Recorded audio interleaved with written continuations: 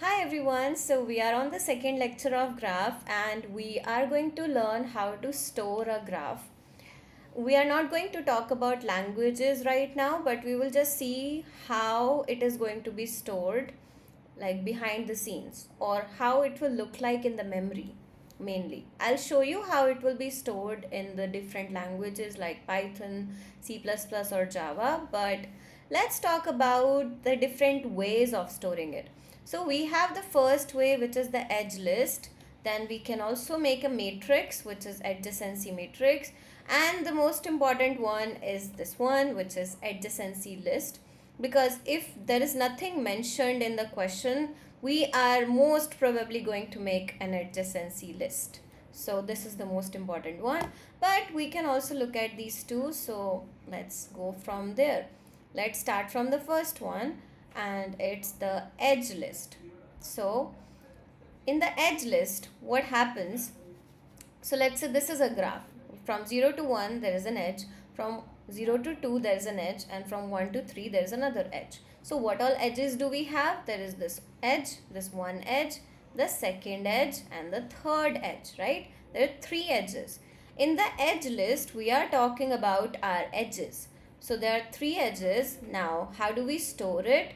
We just make a list containing edges. So this is how the edges are going to look like. Every edge. Okay, how do we make an edge? An edge is made up using two nodes, right? So this node and this node is going to make an edge. So this is an edge. And this node is going to make an edge. So this is another edge. So every edge is made up of using two nodes, right? So if I want to store all the edges, I can make a list of every single edge, and every single edge is basically two values, which is the starting and then the ending node. So that's why we can store it as edges equals the outer list, which is going to contain multiple inner lists. Every inner list is basically an edge. Every edge contains the starting node and the ending node. So this is starting and this is the ending node.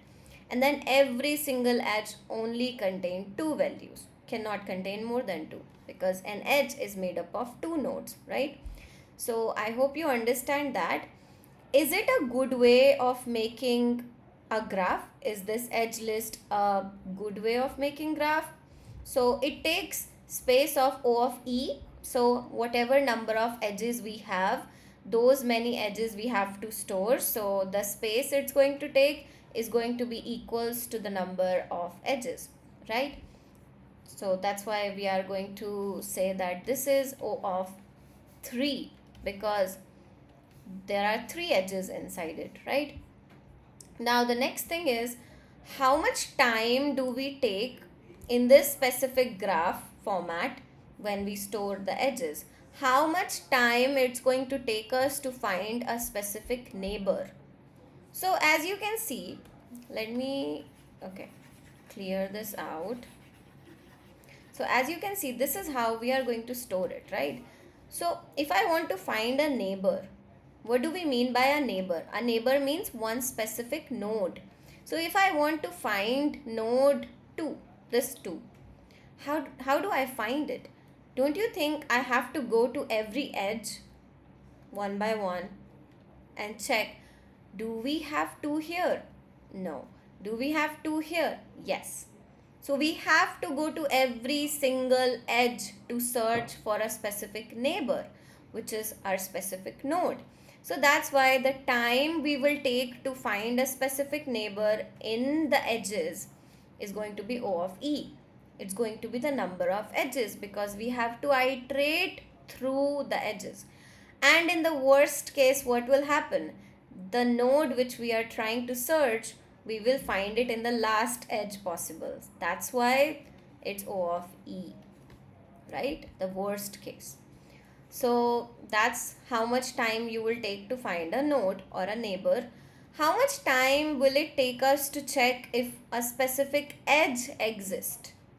So if a specific edge between 0 to 1 exists or not, how much time does that take?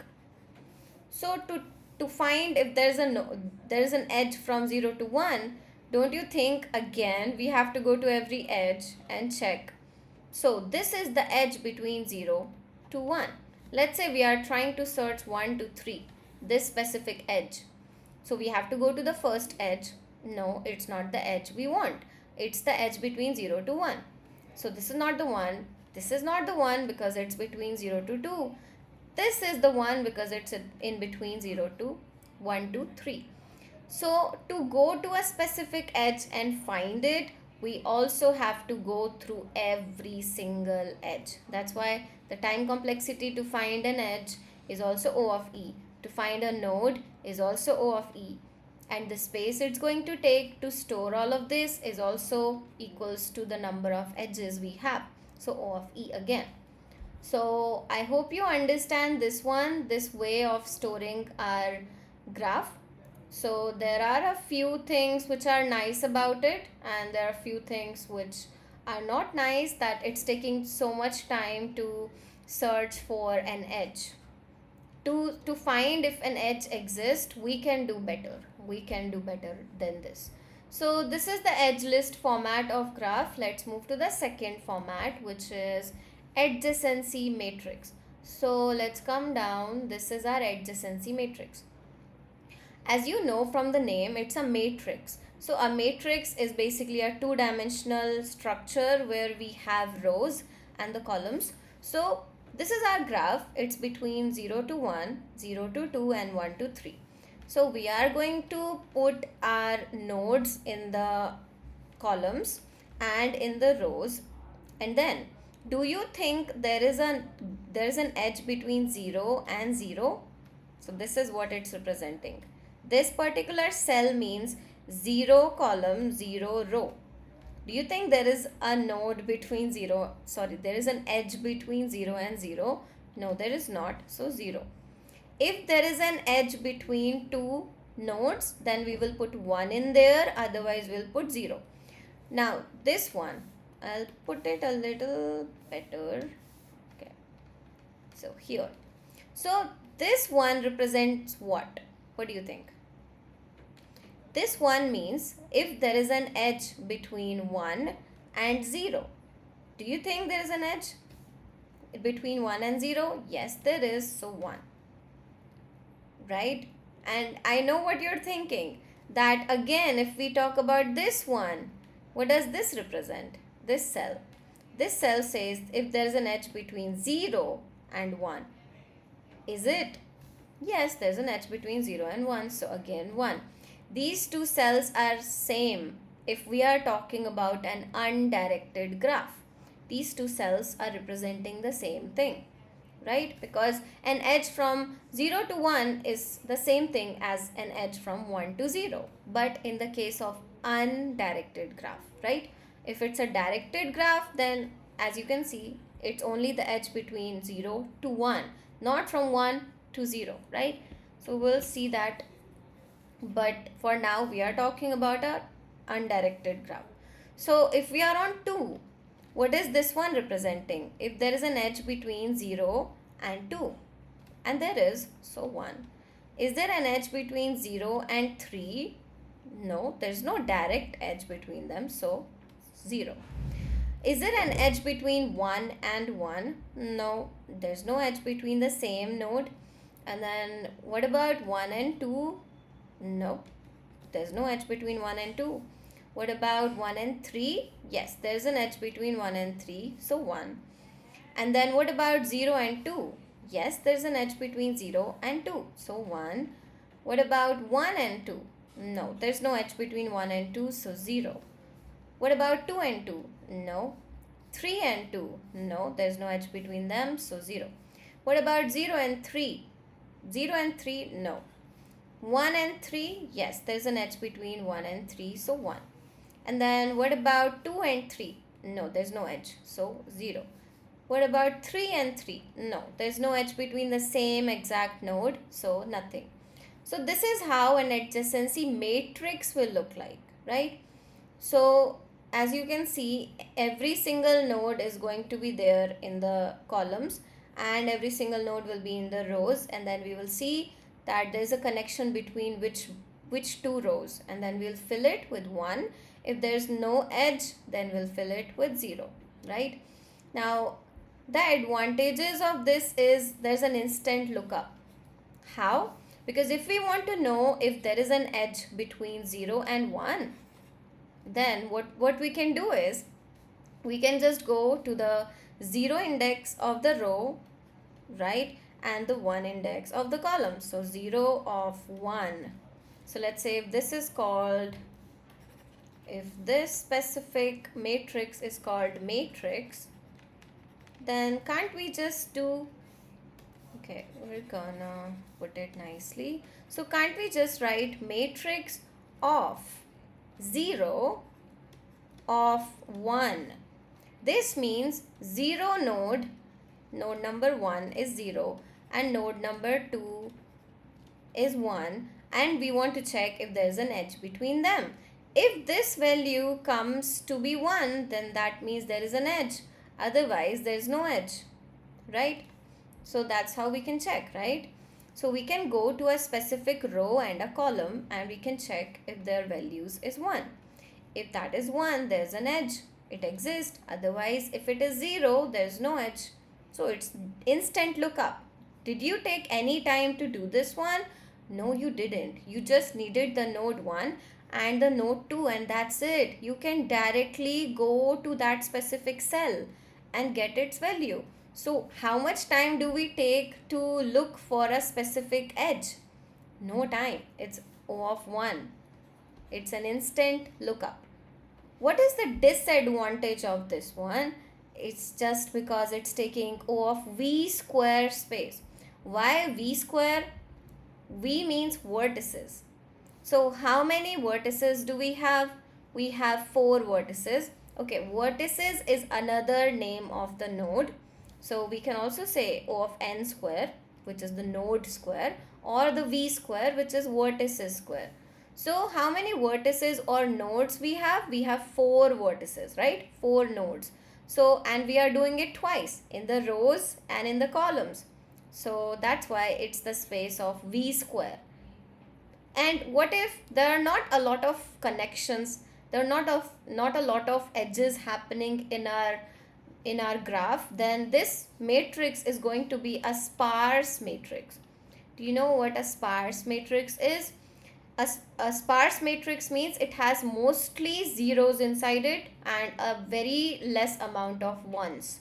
So if a graph has very little connections or edges, it will be a sparse matrix. That's the problem.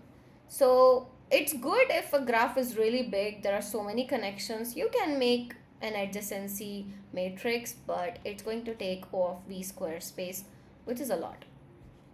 Okay, and now to find if the edge exists, we already saw that it's going to take O of n, right? Because we can go to that specific 0 of 1. So that means node 1 and node 2 have an edge between them or not. That's how you can check an edge. If it's 1, then the edge exists. So to check an edge, it's O of 1, time complexity. What about a neighbor? How do we check if a neighbor exists, if a node exists? To check if a node exists, don't you think we still have to go through every single node? At least once, right? Either go through the rows or go through the columns. You can go through one of those and check if that specific node exists or not. So you can go through 0. Let's say I'm searching for second node. I'll go to 0. No, it's not the second node. This is not the second node. This is the second node. So I'm still going to every single node to search for a node, right? So that is going to be O of V. That means the number of nodes I have to go to each of them to search for a node, right? And then the space, as you already know, it's taking V of V square space to even make the adjacency matrix, right? So there are some advantages that it has an instant lookup, but there are a few disadvantages that it's a matrix, so it takes a lot of space. So far you know about edge list. It's going to store the edges. So the nodes in between you can make an edge. You will store every single edge like this, and then you can have an adjacency matrix. Now let's move to the last one, which is adjacency list. This is the most important one. So in the adjacency list, we have a graph, again the same graph. In this, we store every single node as a key. We have two parts. We have a key part and a value part of it. So we can store it as a dictionary, or if you know about hash maps or a dictionary, right? You can store the adjacency list in the form of hash map or dictionary. So if you make a graph, you can store every node as a key, right? 0 is a key, 1 is a key, 2 is a key, 3 is a key. And then we will store a list for each of them for their values. That 0 is connected to 1, right? 0 has a connection with 1, so it will come in the list of 0. 0 has a connection with 2 also, so it will also come in the list of 0. Then 1 has a connection with 0 and it also has a connection with 3. So that's why 0 and 3 both exist in the list of 1, right? And then we come to 2. For 2, only one node is connected to 2, which is 0. So that means only 0 will be contained in the list for the 2. And then 3. For the node number 3, there is only one other node which is related to it, which is connected to it, which is 1. So that's why we put 1 inside it. Now as you can see, because my graph is undirected, so if there is an edge between 0 and 1, for 0, 1 is going to come in its adjacency list, and for 1 also 0 is going to come in its adjacency list. So that's going to happen when it's an undirected graph. For one specific edge, you're going to store it in the adjacency list of 1. Here you will store 0, and for the 0 you will store 1. So that's how it's going to be. It will be a little different in the directed graph. You will only store it in one list, right?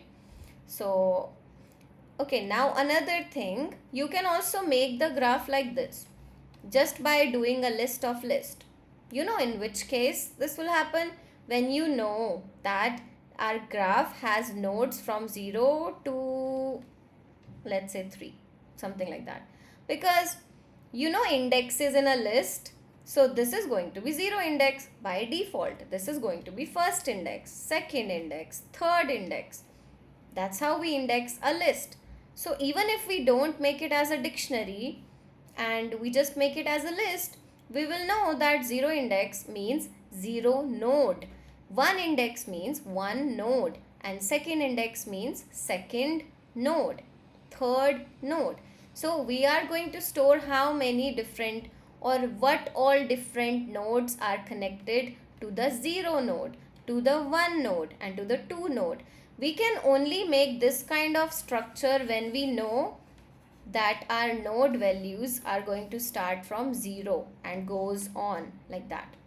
Then only you can make it like this. If your nodes look like A, B, C, D like that, then you have to make a dictionary.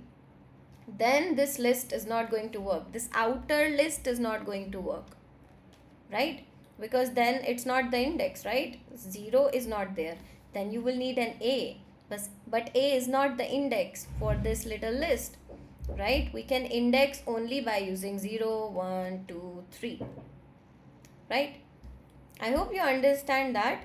So this is how we make an adjacency list, and let's see a little bit about it.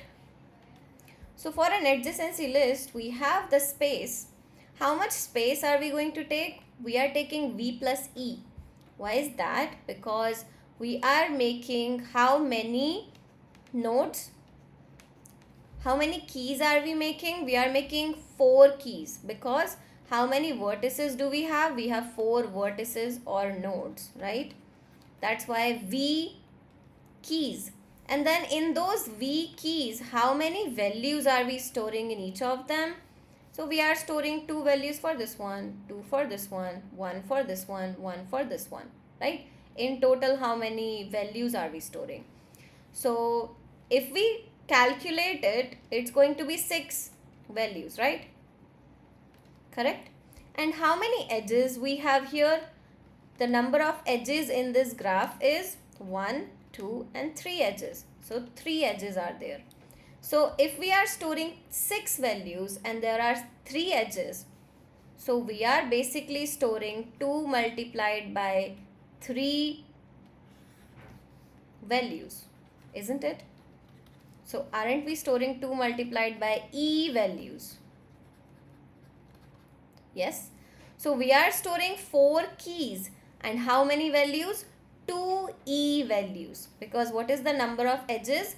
3 edges, but we are storing 6 values because for every edge we are going to store twice. You know, for 0 we are going to store 0 for the 1 and 1 for the 0. Aren't we repeating the nodes? We are, right, for the same edge. That's why if the edge is 3, we are going to make 6 values, and that's why it's 2 e values. So if we do the total of the space, we are making 4, which is the v keys. So we are making O of v as the keys plus 2e as the values, right? And when we calculate our space complexity or time complexity, we don't look at the constants, right? So we will get rid of this 2, and that's why it's v plus e, time complexity, right? Do you understand that? I hope you do. If you do, please put it in the comments below so I know that you're understanding it. And also let me know if my pace is fast or slow. I will love your suggestions, so I will work on that if there's anything you want to tell me. Okay, now to find a neighbor, how much time it's going to take in this particular format of adjacency list, how much time will it take for us to find a specific neighbor? So let's see that.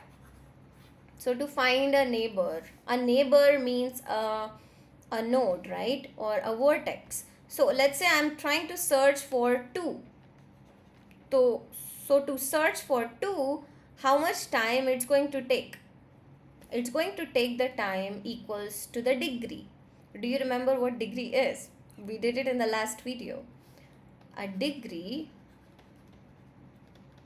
means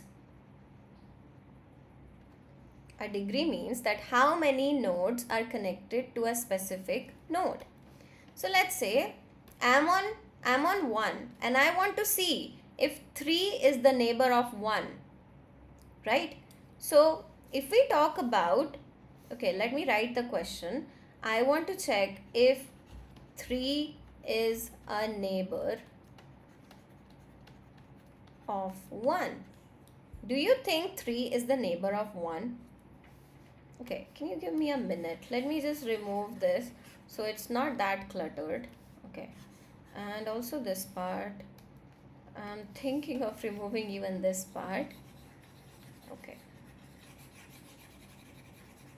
Okay, now it's better, it's much cleaner.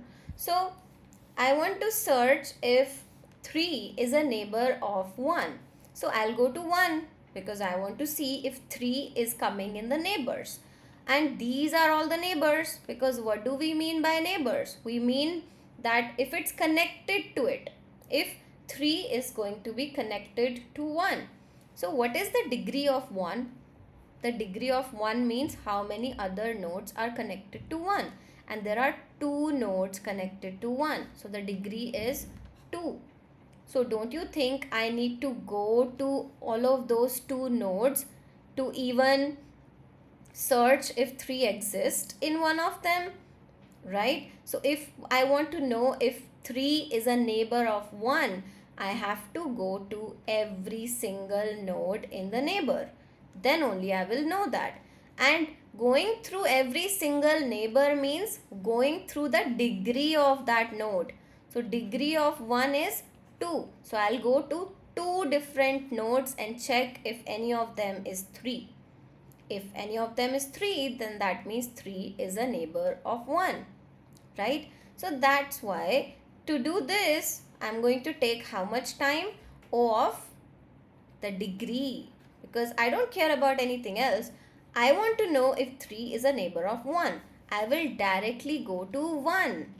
I can go to a key. I'll go to 1 and then find if 3 exists in this list, and this list length is equals to 2. Why? Because that's the degree. That's why it's equals to the O of degree. I'll go to those many elements to search for the neighbor, right? Okay, so that's how much time it's going to take to search for a neighbor. What about an edge? If I want to know if there is an edge between 1 and 3, how will I do that? To know if there is an edge between 1 and 3, I will first go to 1 because I'll go to that key. And then I will search again if 3 exists in the neighbors. Isn't it the same thing? We just have to break it down. The edge between 1 and 3 easily means that I will go to 1, and then go to every single neighbor of it and check if 3 is one of the neighbors. If it is, then that's an edge. If it's not, that's not an edge. So it's going to take the same time complexity, which is the O of degree, to check if there is an edge, between 1 and 3. So it's the same time complexity. So I hope you understand all the 3 different ways we have learned to represent the graphs. So we have learned the adjacency matrix, which is the biggest one, in which we take a lot of time. The adjacency list, which is this one, which is really nice. It saves us time. This is the most important one we are going to use. So how much time does it take for us to make it? For how much space, I mean? So it's V plus E for the space, because V as the keys, and how many values are we storing? It's equals to 2E. 2E matlab like 2 multiplied the edges, right? So V plus E. Okay, now we also have how much time for a neighbor. So we also check a neighbor in O of degree time, and O of degree time is also used to check if an edge exists, right? The same thing. Then we also did our edge list. So these are the 3 different things we have done today. And that's it for this one. And from the next lesson, we are going to do a little bit of questions with all of these topics we have done so far. So I'll see you in the next one. Bye bye.